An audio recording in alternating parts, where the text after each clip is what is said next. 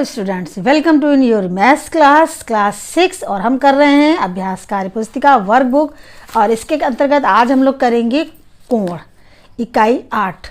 तो इकाई 8 हम लोग कोण स्टार्ट करेंगे। इससे पहले मैं आपको याद दिला दूं कि आपने पिछली जितनी भी की हुई है इकाई यानी कि 7 तक आप इसका निरंतर अभ्यास करते रहिएगा। तो आज की हम कोण स्टार्ट करते हैं बच्चों। निम्नलिखित आकृतियों में झुकाव को चिन्हित कीजिए। ये देखिए सारी आकृतियाँ बनी हुई हैं, यहाँ कहाँ पर झुकाव हो रहा है वो आपको बताना है।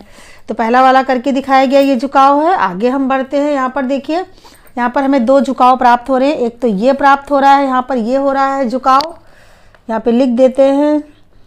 और दूसरा यहाँ पर भी हो रहा है झुकाव, तो यहाँ पर भी झुकाव ऐसे आप नोट कर देते हैं। अगला देखिए, यहाँ पर देखिए ये चीज़ जो है, यहाँ पर ये झुकाव हो रहा है, तो यहाँ पर हो रहा है झुकाव। घड़ी में देखिए ये चीज़ है झुकाव का यहाँ पर, तो एक तो ये हो गया झुकाव। दूसरा देखिए यहाँ पर भी झुकाव हो रहा है इस जगह पर, तो ये भी यहाँ पर क्या है, ये भी यहाँ पर झुकाव हो रहा है। अगला देखिए, यहाँ पर ये देखिए एक ये झुकाव है और इसी के साथ एक यहाँ पर भी झुकाव बन रहा है, तो यहाँ पर भी झुकाव लिख देंगे। इस डायग्राम में देखिए यहाँ पर देखिए ये झुकाव दिखाया भी गया है, तो ये झुकाव हो गया। अगला क्वेश्चन, दी गई आकृति में शीर्ष, भुजा और कोण बताइए। ये देखिए आकृति दी गई हुई है, तो शीर्ष क्या है, दोनों भुजाओं का जो मिलान के बिंदु है यानी ओ। तो शीर्ष का नाम क्या हो गया, ओ हो गया। भुजा का नाम क्या हो गया, एक भुजा ये है और एक भुजा यानी कि ए ओ एक भुजा है, दूसरी भुजा है बी ओ। कोण का नाम क्या होगा, ए ओ बी, तो कोण ए ओ बी। ठीक है।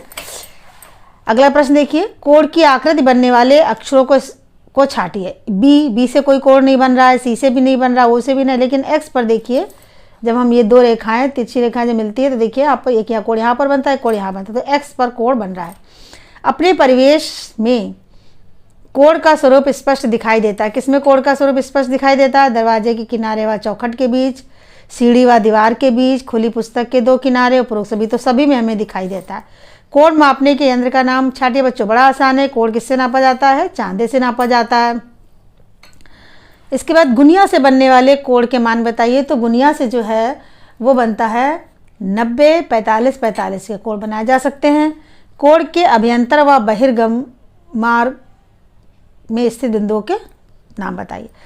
तो कोण के अभ्यंतर क्षेत्र में स्थित बिंदु के नाम, अभ्यंतर का मतलब अंदर की ओर, तो अंदर की ओर देखिए 2 बिंदु हैं, एक तो ये बिंदु है और एक ये है, तो हम लिख देंगे एम और एन। कोण के बहिर्गमन कौन से क्षेत्र में है, तो यहाँ पर देखिए एक तो ये जेड हो गया, ये एक्स डब्लू यानी कि जेड एक्स और डब्लू। यहाँ पर ए ओ बी ये नहीं लेंगे, ये तो कोण के नाम है। अगला प्रश्न है, किसी कोण का शीर्ष स्थित होता है। शीर्ष कहाँ पर स्थित होगा, ये देखिए जैसे हम इसी में देख सकते हैं, एक भुजा ये हो गई, एक भुजा ये हो गई, तो ये शीर्ष ये दोनों भुजा का मिलान, तो यहाँ पर कोण पर होगा इसका आंसर। अगला है 0 अंश का कोण कहलाता है। तो बच्चों 0 अंश का कोण शून्य कोण कहलाता है। 90 अंश का कोण क्या कहलाएगा, 90 अंश का कोण संपूर्ण कोण होता है। न्यून कोण कौन सा होता है, 0 से बड़ा 90 से छोटा, 0 से छोटा 90 से बड़ा, 90 से बड़ा 180 से छोटा, 180 से बड़ा व 360 से छोटा। तो न्यून कोण होता है वो 0 से बड़ा और 90 से छोटा होता है। अधिक कोण क्या होगा, अधिक कोण 90 से बड़ा होगा और 180 से छोटा होगा, तो यानी सी वाला आंसर होगा इसका। फिर अगला क्या है, वृहत कोण होता है। वृहत कोण 0 से बड़ा 90 से छोटा, 0 से बड़ा 90 से छोटा, 0 से छोटा 90 से बड़ा, 90 से बड़ा 180 से छोटा, 180 अंश से बड़ा व 360 से छोटा। तो बच्चों वृहत कोण जो होता है वो 180 अंश से बड़ा और 360 से छोटा होता है। कोटि पूरक कोण युग्म नहीं है, यहाँ पर बताया गया। बच्चों हम ये जान लें कि कोटि पूरक कोण कौन से होते हैं, जो 2 कोणों को मिलाकर जो 90 अंश का कोण बनता है वो ही कहलाता है कोटि पूरक कोण। तो यहाँ पर बात की कि नहीं के 9 अंश और 81 जोड़ेंगे तो 90 हो जाए, यानी बन रहा है। 40 और 50 यानी ये भी 90 हो रहा है। 35 और 55 ये भी 90 हो रहा है। 8 डिग्री और ये 90 अंश का ये जो 98 हो रहा था, यानी कि ये कोटि पूरक युग्म नहीं है। संपूरक कोण युग्म नहीं है, यानी यहाँ पर भी बात की गई है संपूरक कोण को। तो संपूरक को बच्चों आपको याद होगा कि दोनों कोण मिलने पर 180 अंश का कोण बनता हो, तो 180 अंश का कोण किसमें नहीं बन रहा है, 29 और 151 में बन रहा है, 45 और 145 और में 145 जोड़िए, 45 यानी ये नहीं बन रहा है, तो ये वाला तो हो गया।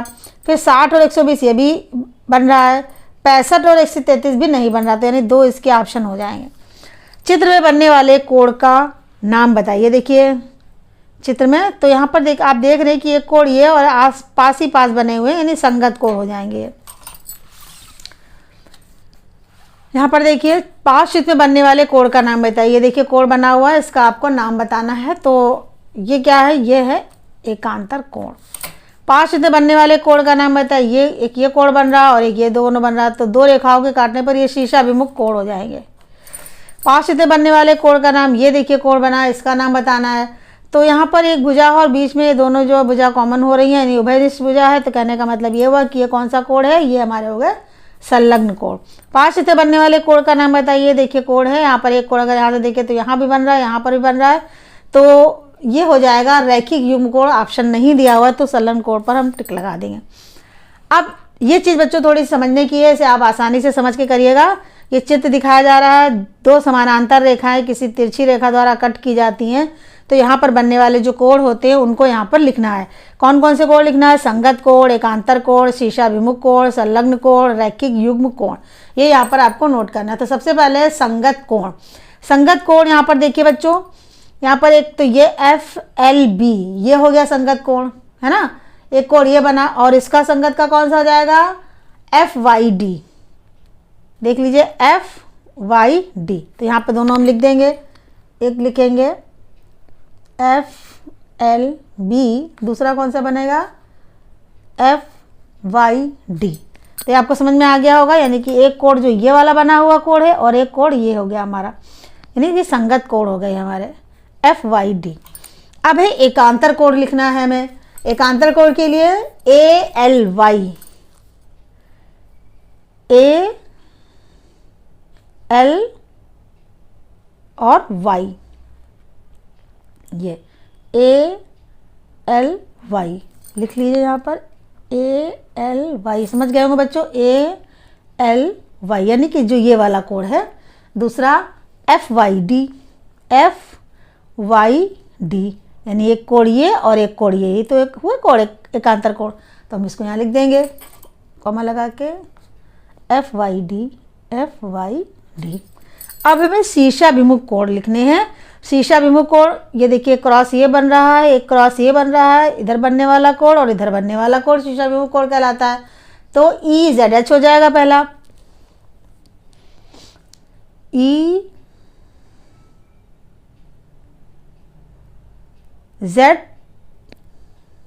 और H यानी कि ये वाला कोण EZH, EZ और H। दूसरा हमारा हो जाएगा FZB।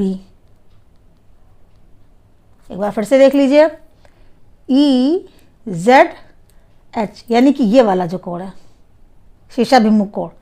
दूसरा FZ और B, सॉरी B नहीं है G लिखा हुआ है, G ये हो जाएगा, यानी कि एक कोण ये हो जाएगा और एक कोण ये हो जाएगा।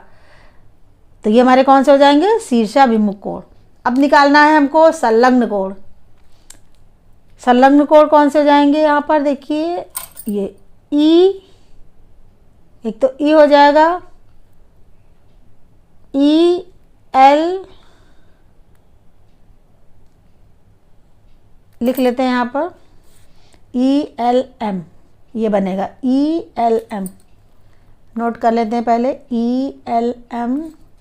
दूसरा ELB बनेगा ELB, एक बार फिर से समझ लेते हैं ELM यानी ये वाला जो कोण है ये, फिर FL और B ये कोण और ये कोण। अब आता है रैखिक युग्म कोण। रैखिक युग्म कोण को हम लोग कर लेते हैं, नोट कर ले पहले GMB। GMB और GMA।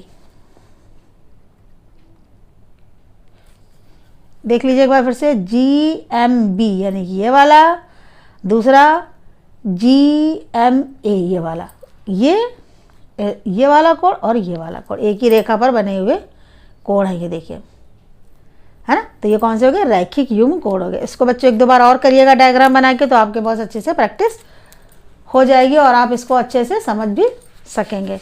आगे देखिए, ये आपके यहाँ पर कोण बने हुए हैं जिनको आप चांदे की सहायता से आप नापेंगे। एक एक कोण नाप कर तो दिखाना यहाँ पर थोड़ा मुश्किल लग रहा है।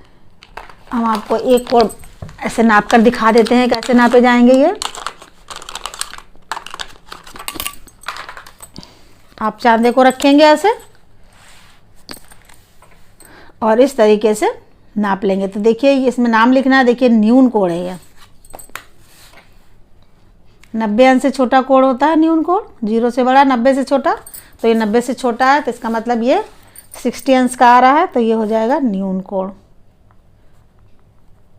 न्यून कोण नाम नीचे लिख देंगे, यहाँ पे जगह छोटी हुई है, न्यून कोण। इसी तरीके से आप सारे कोणों को अपने चांदे से नापेंगे। ये देखिए 25 अंश का आएगा तो ये भी न्यून कोण हो जाएगा। ये 90 अंश का देखने का ही लग रहा है, देखने से ही लग रहा है, तो ये हो गया आपका संपूर्ण कोण।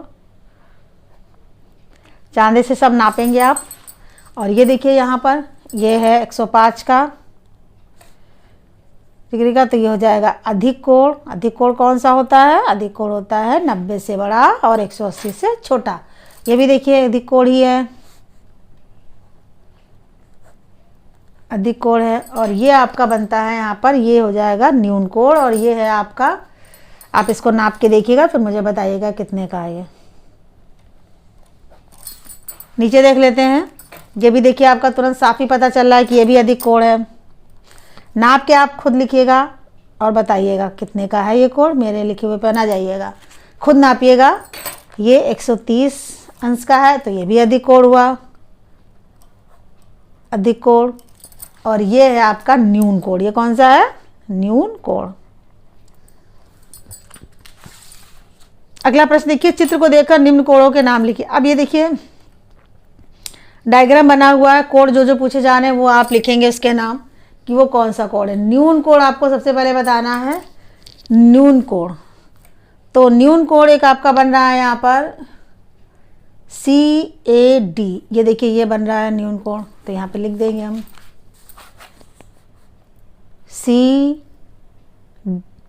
CAD यानी कि ये जो है वो क्या है? न्यून कोण है। दूसरा और बन रहा है ADC, और एक ये भी न्यून कोण बन रहा है ADC। A, D और C। अब आपको बताना है समकोण कौन कौन से बन रहे हैं। तो समकोण एक तो ये बन रहा है ACD, दूसरा कौन सा बन रहा है? ECD। एक ये समकोण बन रहा है, एक ये समकोण बन रहा है ECD, ये बन रहा है ECD। इसी तरीके से ECB बन रहा है, ECB बन रहा है और ACB बन रहा है, ACB यानी कि ये वाला कोण और ये वाला कोण, ये सब आपके समकोण बन रहे हैं। अब आपको ऋजु कोण बताना है। ऋजु कोण ये बीच का बनता है, ये वाला कोण यानी कि BCD। अधिक कोण बनाना है, कौन सा बनना है? अधिक कोण ये FDC, ये आपका अधिक कोण है FDC। इस तरीके से बच्चों ये लेसन आपका समाप्त होता है। ये इकाई 8 आप कोण आपकी, और आप इसे प्रैक्टिस कीजिएगा। न्यून कोण, अधिक कोण, समकोण, ऋजु कोण, शून्य कोण, कोटपूरक कोण, संपूरक कोण, ये कौन कौन से कोण हैं, इनके बारे में कितने अंश के होते हैं, ये सब आप फिर से रिवाइज कीजिएगा और फिर इस एक्सरसाइज को अच्छे से करिएगा, प्रैक्टिस ज़रूर कीजिएगा बच्चों। और फिर वही बात कहूँगी, अगर कोई बात समझ में नहीं आती है तो आप मुझे ज़रूर पूछ सकते हैं बच्चों। चलिए मिलते हैं अगली वीडियो में। Thank you.